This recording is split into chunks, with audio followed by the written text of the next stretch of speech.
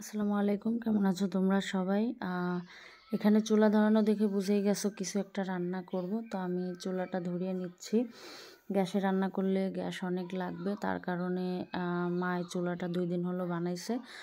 আর আজকে আমি বিরিয়ানি রান্না করব। আমি রান্না বান্নায় খুবই কম পারদর্শী, মানে রান্না পারি না বললেই চলে। আর রান্না করতে আমার ভালোও লাগে না, মাঝে মধ্যে মন চাইলে রান্না করি।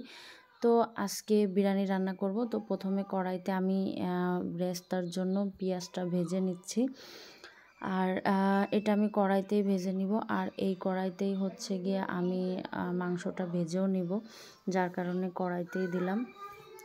তো এখানে লবণ আর একটু শুকনা মরিচ দিয়ে আমি ভালো করে এটাকে মিক্স করে নিব।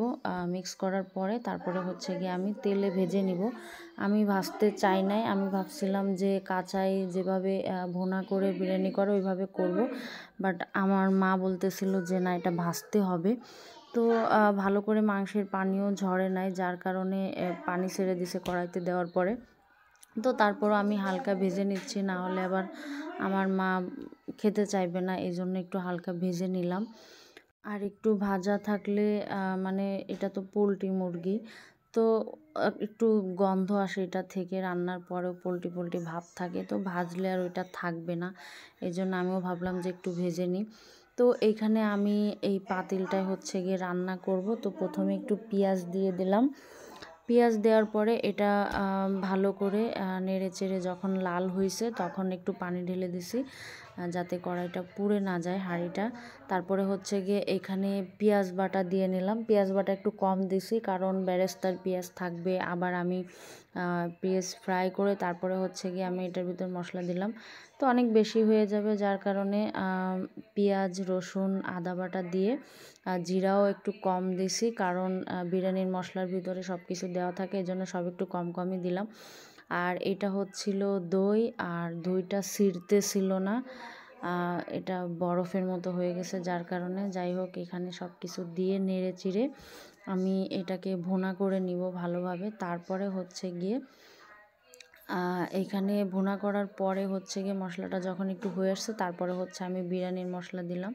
বিরিয়ানি মশলা দিয়ে আর একটু পানি দেওয়ার পরে ভালো করে এটা নেড়ে চেড়ে তারপরে হচ্ছে গিয়ে মাংসটা দিলাম। মাংসটা এখানে দেখতে পাচ্ছ ভুনা হয়ে গেছে।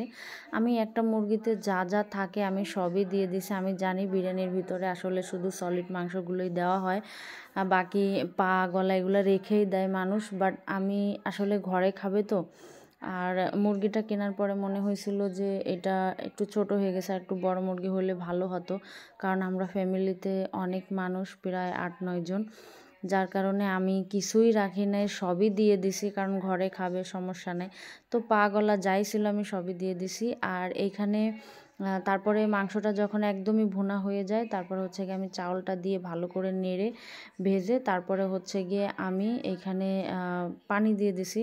ভুল করছি আমি একটাই, সেটা হলো গিয়ে আমি এখানে গরম পানি না দিয়ে ঠান্ডা পানি দিছি। তো যাই হোক কিছুটা চাল হয়েছে, কিছুটা হয় নাই, জানি না কবে পারফেক্ট বিরিয়ানি রান্না করতে পারবো।